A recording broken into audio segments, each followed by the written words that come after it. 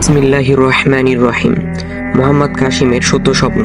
কিভাবে বুঝবেন যে এই স্বপ্নগুলো সত্য? স্বপ্ন কি সত্য হয়? স্বপ্ন সম্পর্কে হাদিসে কি বলা হয়েছে? হাদিসে বলা হয়েছে, যখন কিয়ামত নিকটবর্তী হবে তখন মুমিন ব্যক্তির স্বপ্ন মিথ্যা হবে না। যে মুমিন মানুষের সাথে কথাবার্তায় সত্যবাদী হবে তার স্বপ্ন বেশি সত্যে পরিণত হবে। মুমিনের স্বপ্ন 90-46 ভাগের 1 ভাগের সমান। স্বপ্ন 3 প্রকার হয়ে থাকে। 1. মুমিনের সত্য স্বপ্ন আল্লাহর পক্ষ থেকে সুসংবাদ স্বরূপ। 2. যে স্বপ্ন মনের ভিতর দুশ্চিন্তা আনয়ন করে তা শয়তানের পক্ষ থেকে। 3. আর এক প্রকারের স্বপ্ন যা অন্তরের কল্পনা মাত্র। সুতরাং তোমাদের কেউ যদি স্বপ্নে অপছন্দনীয় কিছু দেখে সে যেন বিছানা থেকে উঠে নামাজে দাঁড়িয়ে যায় এবং স্বপ্নের কথা কারো কাছে প্রকাশ না করে।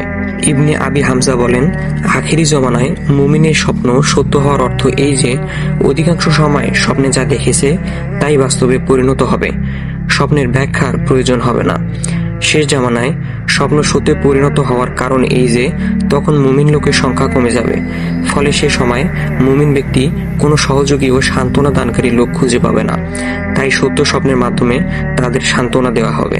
কোন জামানায় মুমিনের স্বপ্ন সত্যে পরিণত হবে তার ব্যাপারে আলেমদের মধ্যে কয়েক ধরনের বক্তব্য রয়েছে।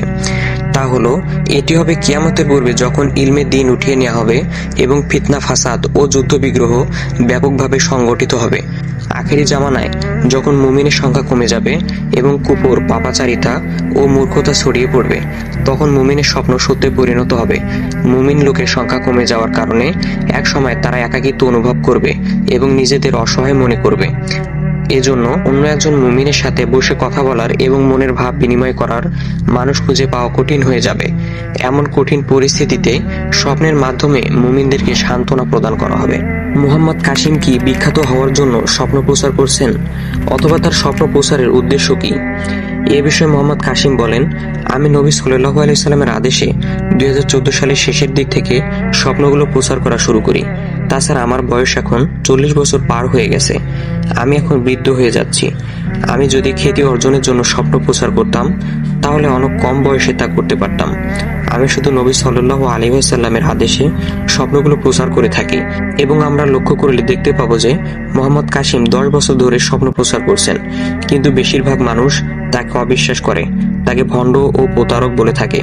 এরকম অবস্থাতে যে কেউ কাজ বন্ধ করে দিত, কিন্তু মোহাম্মদ কাসিম স্বপ্ন প্রচার বন্ধ করেননি, কারণ তিনি শুধু নবী সাল্লাল্লাহু আলাইহি ওয়াসাল্লামের আদেশে স্বপ্নগুলো প্রচার করছেন।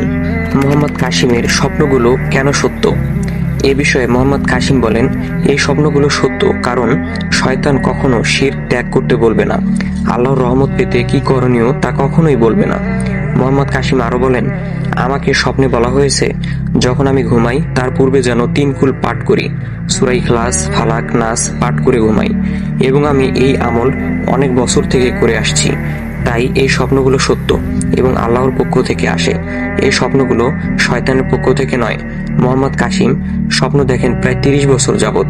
তিনি বলেছেন, আল্লাহ তাআলা আমার স্বপ্নে কথা বলেছেন 800 বারের বেশিবার এবং রাসূল সাল্লাল্লাহু আলাইহি ওয়াসাল্লাম এসেছেন 500 বারের বেশিবার। এবং মোহাম্মদ কাসিমের স্বপ্ন সম্পর্কে আল্লাহ তাআলা বলেন, কাসিম, কুরআন যেমন আমার বাণী, যা মানুষ, জিন, ফেরেশতা, শয়তান একত্রিত হলেও তৈরি করতে পারবে না, তেমনি আমি যে স্বপ্নগুলো তোমাকে দেখিয়েছি সেগুলো মানুষ, জিন, ফেরেশতা সবাই মিলেও তৈরি করতে পারবে না। এবং আমরা লক্ষ্য করলে দেখতে পাবো যে মোহাম্মদ কাসিমের একাধিক স্বপ্ন সত্যে পরিণত হয়েছে, যেমন ইমরান খান শিরক করার কারণে পদত্যাগ, ইসরায়েল ও ফিলিস্তিনের মধ্যে চলমান যুদ্ধে বিরতি না হওয়া, মুসলিমদের দুর্দশা, এমনকি 150 কোটির উপরে মুসলমান হয়েও যুদ্ধ জয় করতে না পারা ও বিরতিতে আনতে অক্ষম, বিশাল সংখ্যক মুসলিমদের ঘুমন্ত অবস্থা, মোহাম্মদ কাসিমকে নিয়ে পাকিস্তানি সংবাদপত্রে সংবাদ প্রকাশ, পাকিস্তান, ইন্দোনেশিয়া, মালয়েশিয়া ও বাংলাদেশে ব্যাপকভাবে তার স্বপ্নগুলো ছড়িয়ে পড়া। মোহাম্মদ কাসিমের আরেকটি সত্যে রূপান্তরিত স্বপ্ন হলো তার চুল উঠে যাওয়া মাথায় পুনরায় চুল গজানো এবং শারীরিক উচ্চতা বৃদ্ধি।